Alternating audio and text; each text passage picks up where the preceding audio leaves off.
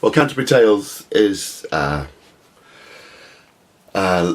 set of stories, mostly in poetry, but some of them are in prose, by Geoffrey Chaucer, who's often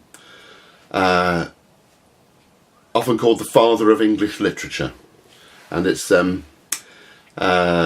suppose it's the earliest really great work. And it's written in this language called Middle English. Before that, there's Old English, but Old English is not comprehensible to modern English speakers. But Middle English very nearly is. It's not. I mean, it's not exactly the same, but it is, much of it is comprehensible, and it sounds wonderful and sort of mysterious. And I mean, that's one thing we wanted to do. I mean, not all the time, obviously, but some of the time, is make sure that there are pretty big chunks of the original Middle English that are delivered by the different actors at different times. I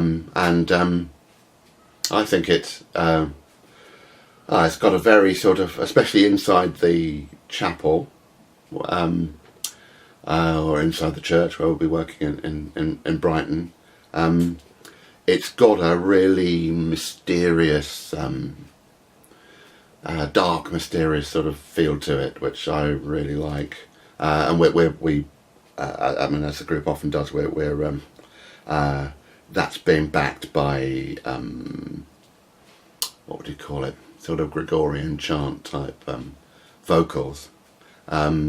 So there's a very nice atmosphere of sort of ancientness in the interior of the building, and we're contrasting that with well, the performance takes place inside and outside, and the audience moves where they like, in and out, and yeah, inside is sort of Middle Ages, mysterious, dark, a lot of original language, that sort of feel, and kind of sort of magical feel.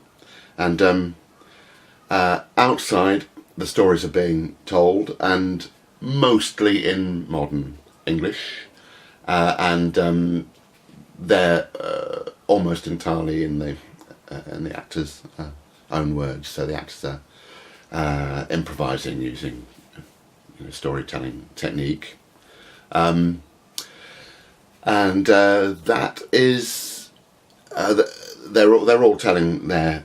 I mean, there are, how many stories are there in the I don't know, there are 36, are there, in the original Chaucer, of which we're doing a 15 or 16 of them. We're doing probably about half of them. We've got 10 storytellers, and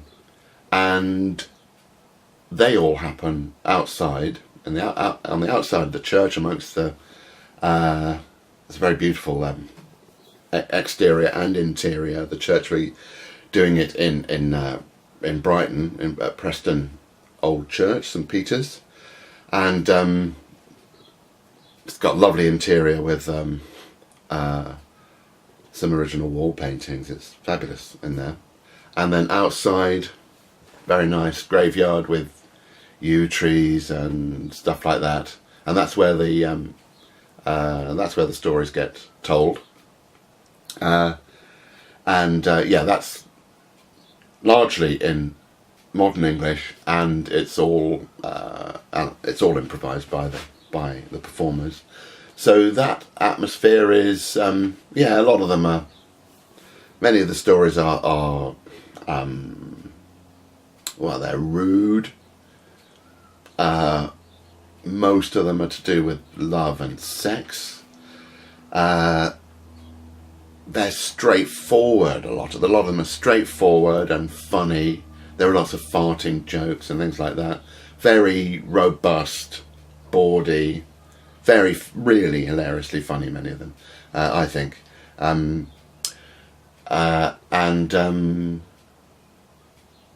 straightforward. and we hope that the audience will enjoy kind of moving from one tale to another, and just moving between the stories and the storytellers. I mean, that's the idea. But then, if they want to go into the interior of the church, which they can do at any time, just when they like, that's rather different.